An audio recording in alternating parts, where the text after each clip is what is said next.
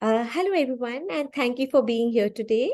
I'm Supriya Bhualka. I'm the founder of Coding and More. We are an AI edtech that teaches AI and coding to young children from years 8 years and above. And every month we call a speaker to speak about their work, using AI. And we are very, very lucky this time to have Dr. Khulood join us from Saudi Arabia. She has recently been appointed as a global ambassador for sustainability. Can you imagine? And she has many, many accolades. But today I'm going to tell you her main accolades. She has been doing research with MIT on clean water, clean energy, and she was particularly passionate to research how the three, water, energy, and food are used together and mitigate or reduce the wastage. Okay. She has also been the dean of an engineering college. Currently, she is in a company in Saudi Arabia for management. Dr. Khulood, I know I'm missing so many of your other important accomplishments, but I will now, send it over to you so that you can take over and share your work, your passions, and with the children. Thank you so much for being here with us. Thank you, Supriya, for letting me be here and for giving me the opportunity to share my knowledge with the children. It's a great pleasure. As I mentioned earlier, this is the first time perhaps in my life talking to younger generations, but I'm happy to be able to do so. And thank you very much for giving me the opportunity. So hello, children.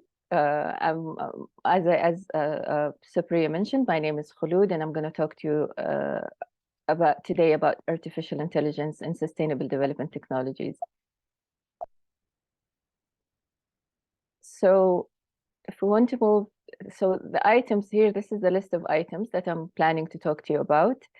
The meaning of clean energy, the meaning of clean water, and the meaning of water energy nexus, the meaning of water energy food nexus, and artificial intelligence, which I am assuming that you already know, but in case people are watching this video for the first time, they would be able to understand what it is. And then I want to ask or explore with you the journey of artificial intelligence in clean water, clean energy, water energy nexus, and water energy food nexus, and what are the future applications. Since you are the future generation, so this is your role, and I'm hoping that some of you, if not all of you, would be passionate about the topic and would maybe be dedicated to create and solve the problems that we need for the future. So let's start by introducing clean energy. What is clean energy? So clean energy is an energy from clean resources or from natural resources. The clean energy is an energy from resources that are infinitely available or available with unlimited quantities, like, for example, the sunlight, the wind, the rain, the tides, and the beaches and the water aquifers, the waves, and even the center of the water, the center of Earth, the heat that comes from the center of Earth. This is also a source of energy. So all of these different types are different types of sources that we can harness the energy and use them for our need purposes. And they're clean resources, so we don't have to worry about greenhouse gas emissions or any side effects of using these energies. However, the most common resources of energy or the most common renewable sources of energy are the wind farms. We use the wind we use the wind farms or the windmills to capture or to harness the energy that comes from the wind, and also the solar energy or the solar. We use these solar panels, as you can see, on top of the building to actually capture and harness the energy, and we use it for our domestic purposes, for our daily purposes in factories and in our daily lives. These are the main two sources that are currently used for the purposes of creating electricity or creating energy for the people or for the humanity. Right. So now I'm going to quickly talk about clean water. And what do I mean by clean water? So as you know, our globe consists of basically more than 70% of water, and Earth is less than much less than that, or about 25% of Earth is or of land is on our globe. We want to have a quicker look or a closer look to see the contents of this water or the distribution of this water and how can we use it. Which of this water is useful for, for the human being and for the living being as well. So if we look at the water in the globe, we find that 96.5% of the water in the ocean or the water on Earth is ocean, meaning it's salted water, whereas 2.5% of this water is fresh water. Of course, the oceans, there are some living beings that live in the ocean, but not all the living beings can live on salted water. So this means that 70% of Earth's fresh water is actually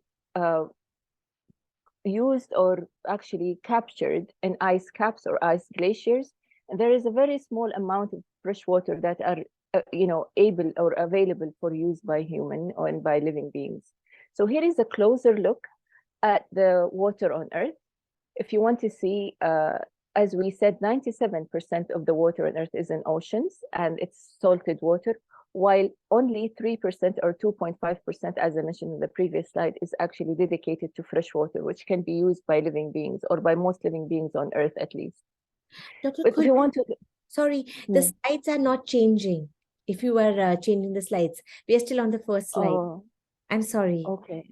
No, is it changing now? No, we're still Again? on the first slide. Maybe I'll stop sharing and I'll share again if that's okay. Yes. Sorry to interrupt you. No, of course. Okay. So can you see the slides now? Yeah? Okay, let me go back. Let me go back quickly. So the last slide that you saw is about clean energy. No, actually, it was on the first slide only. Now we can see all your slides. Oh, that's unfortunate. Okay, let me go back quickly. So we talked about clean energy, and we talked about the natural resources of clean energy. And these are the examples of natural resources that can be used for clean energy: sunlight, wind, rain, tides, waves, and geothermal, which is the center of Earth. Moving on to the next slide. Can you see my slide now? These are the most common renewable energy resources. You can see the windmill is moving to capture the energy from the wind that is moving. And you can see the solar panel on top of the building here to capture the solar energy from the sun and then convert it into electricity for our daily use. Okay, I'm moving now to the clean water slides. Can you see the slides moving? All right, okay. So as I mentioned, in the globe, more than 70% of the globe consists of water, and what is remaining is consisting of land. Can you see my slide now? I'm sorry I'm asking, but I just want to make sure.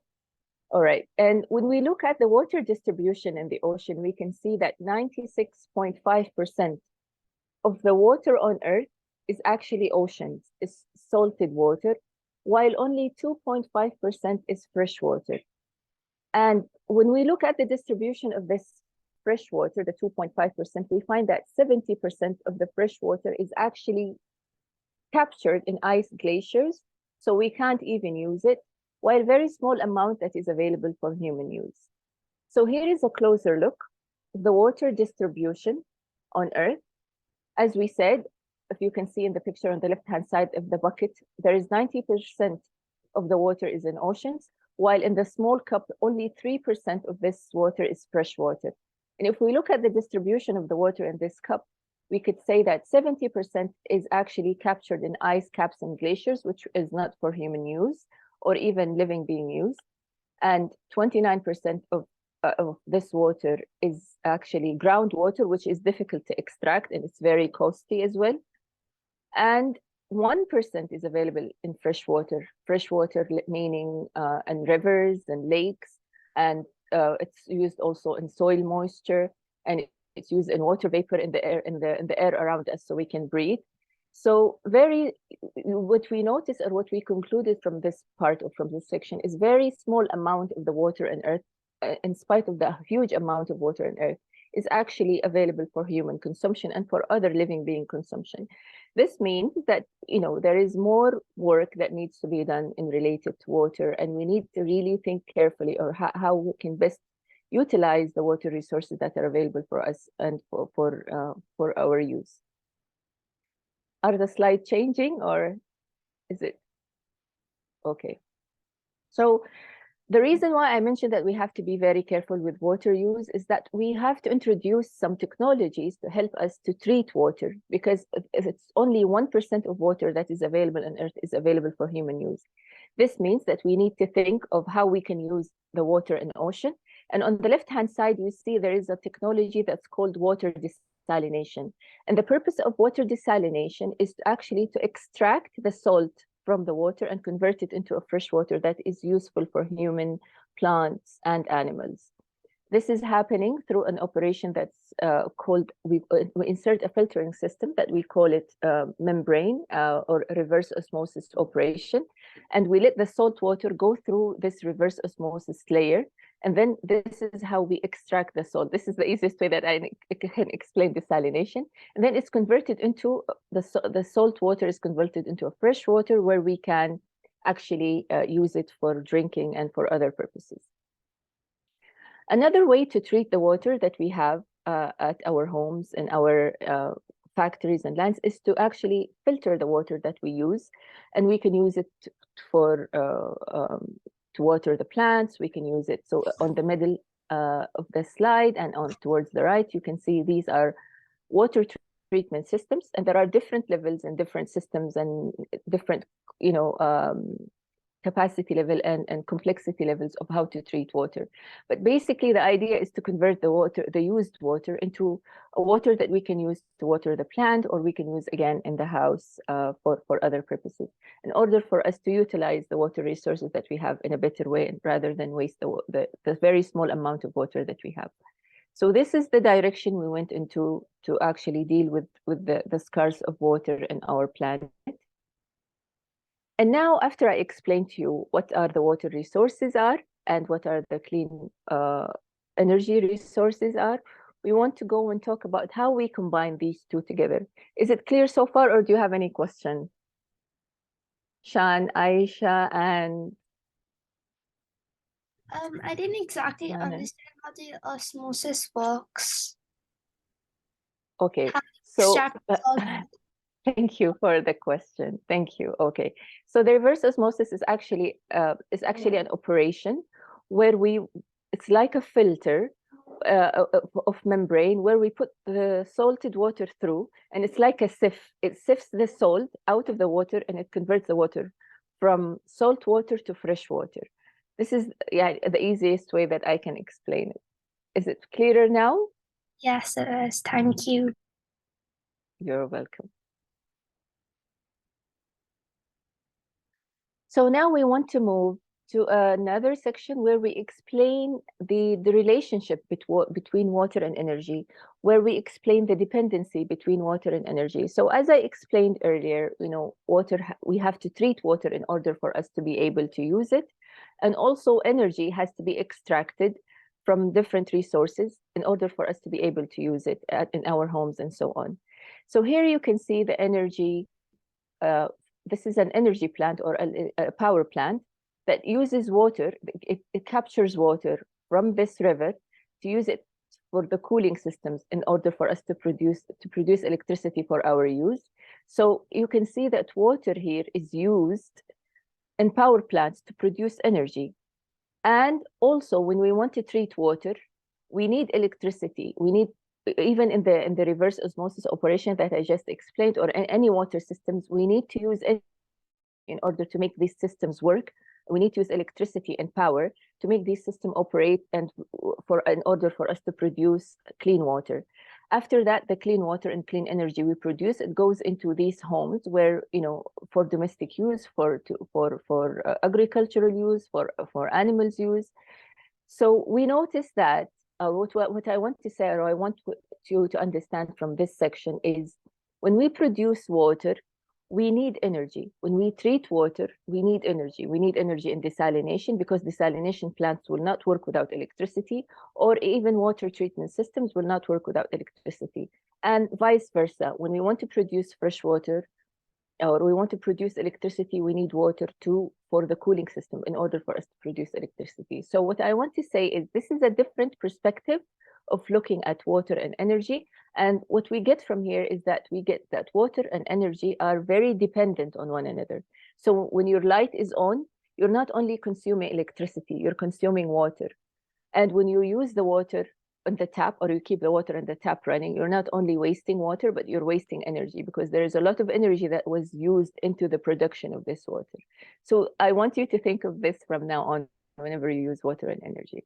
And why we decided to do this kind of combination, or to look at this perspective, because it's actually will teach us how to be more efficient in using water, and it will save, because what we're actually concerned about is the water scarcity for the reasons that I explained earlier. So we need water suppliers and water users to think very carefully about where the water is coming from, and what are the resources that are put into producing a fresh water, and how can we make this very, very efficient. Because energy also is a very expensive enterprise, and it's environmentally and even financially. So we need to be very careful with that as well. Another combination, or another component that's going into this loop, is actually the food. When we talk, and now I want to talk to you about the food relationship between water and energy. So as I said, in order for us to produce energy, we need water. In power plants, we need water for the cooling systems and for other purposes, to convert the energy, the energy into electricity. And the same for water. When we want to produce fresh water, we need energy into the water plants in order to convert it into fresh water. And when we want to produce food, for example, in agriculture or in plants, we need both. We need water and we need energy. So you can see the dependency between these three: water, energy, and food. They're all dependent on one another.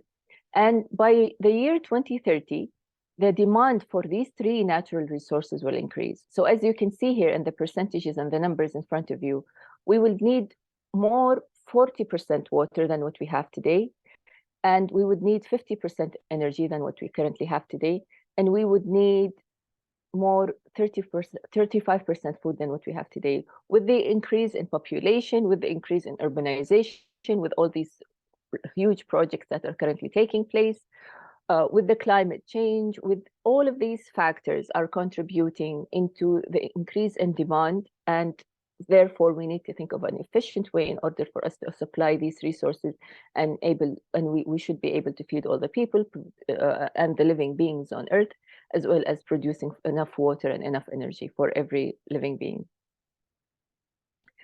So the idea here is also, this is a different perspective, to look at water, energy, food as one system, or to look at their dependency as one system, and to think of how can we produce, or how can we close the loop of these three resources and look at them as one, and produce actually these resources based on their dependencies. So create a connection between the three, and we think about how these factors are going to affect one another, rather than thinking of each one separately. And as I said, these are the factors that are affecting us. So the future actually is determined by the security of our ability to secure our food, our ability to secure our water, and our ability to secure our energy. We want to create a harmonious system that deal with the waste from each of these resources in a way that is recycled, or if you like, circular system, that we don't produce waste. We create whatever is, used, or we finish from using it, it goes into the production of the other kind of system.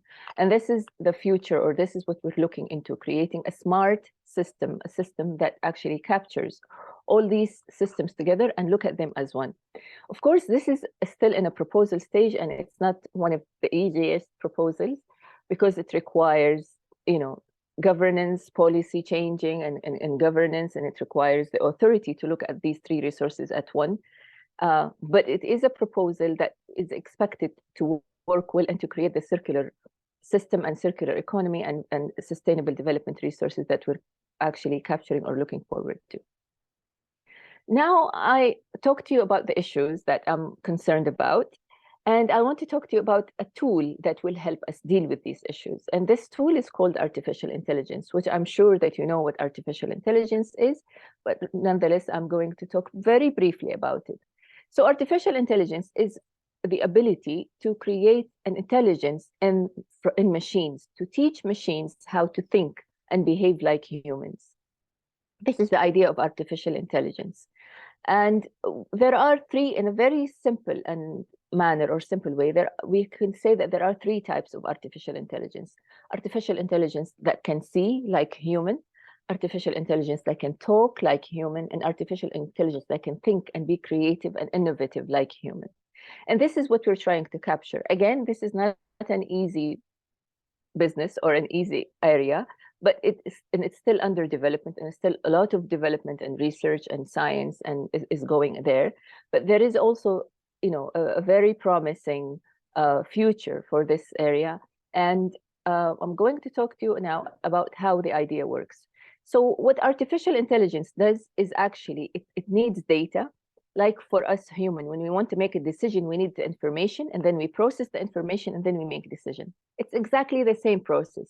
We need data sets in order to work with artificial intelligence, and we need to prepare this data and clean them in a way that it can make sense to the computer system, the same way it makes sense to us, and then we can make evaluation and we can make assessment.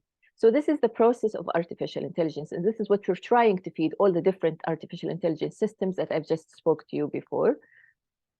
And I'm going to talk to you now about a few examples. Of course, the applications of artificial intelligence in the world is enormous, and it's in every sector. But the most important sectors is actually in manufacturing. Artificial intelligence has been used in businesses, in boosting the businesses and boosting, you know, the revenues for companies, for factories, for manufacturing.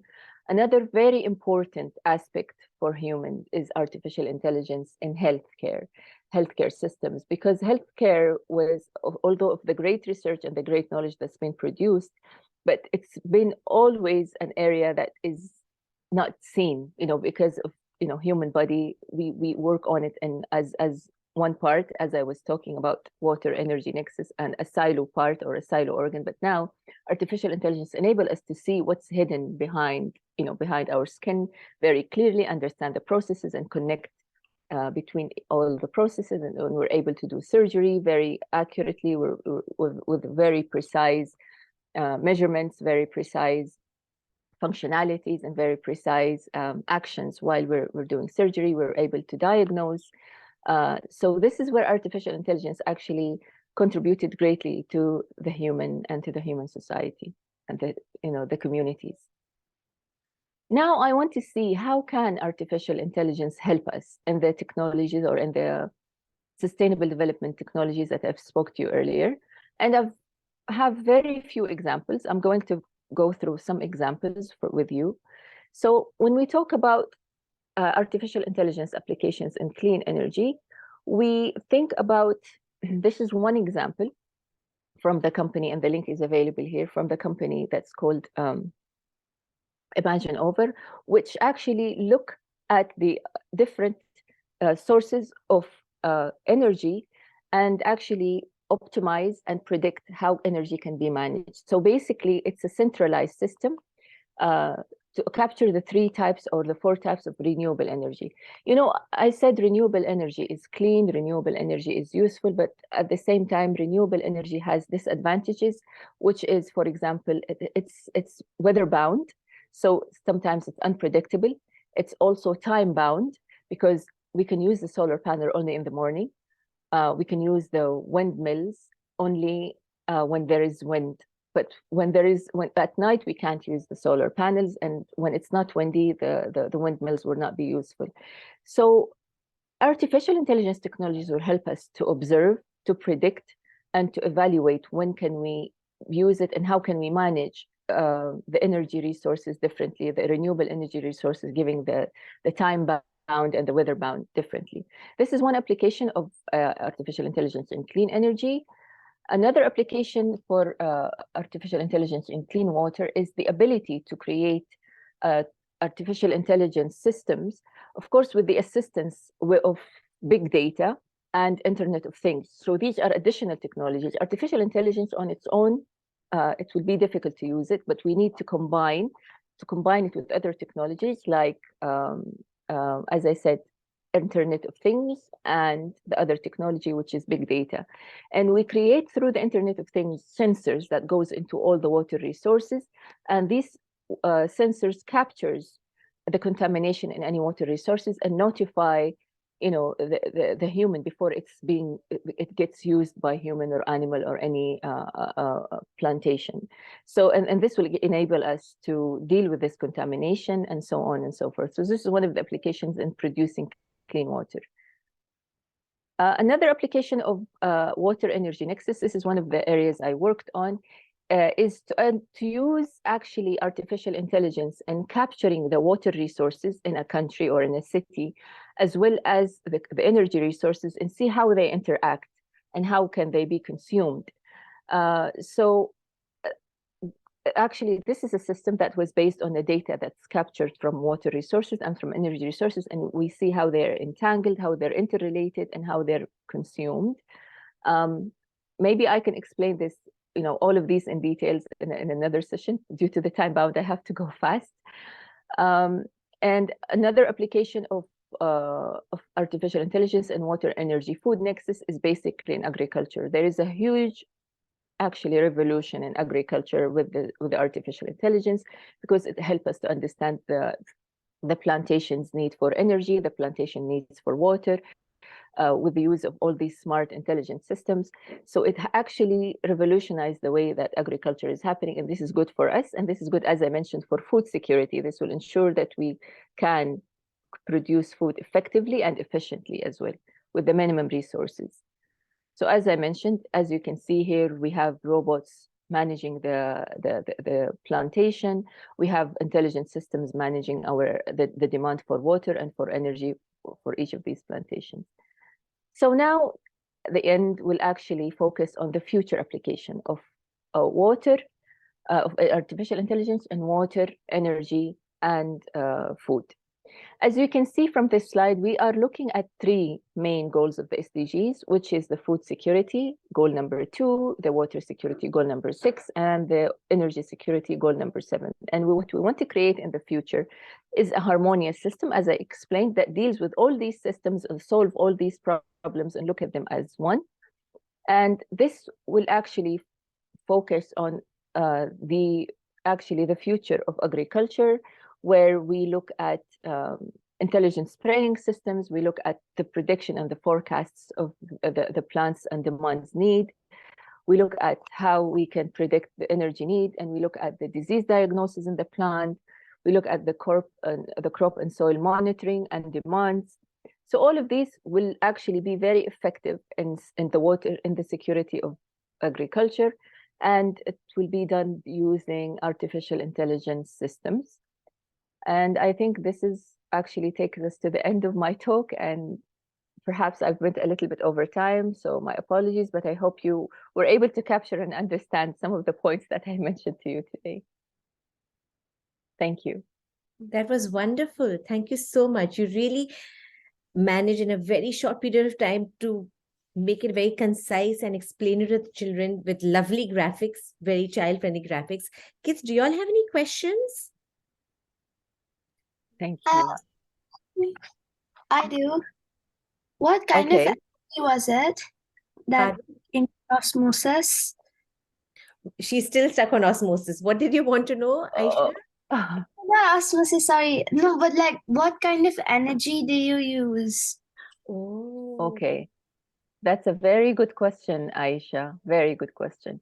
So the kind of energy that we use can be depending on the resource in the desalination plant, because actually reverse osmosis is actually the technology that is used in a desalination plant. Desalination plants, the old desalination plants use not clean energy or non-renewable energy, whereas the newer desalination plants are using renewable energy sources. So one of the projects I worked on is to create a desalination plant using solar energy. So all the functionalities and the machinery and the reverse osmosis is actually going to be operated or operate in operation using an energy produced from the solar panels or from the sun.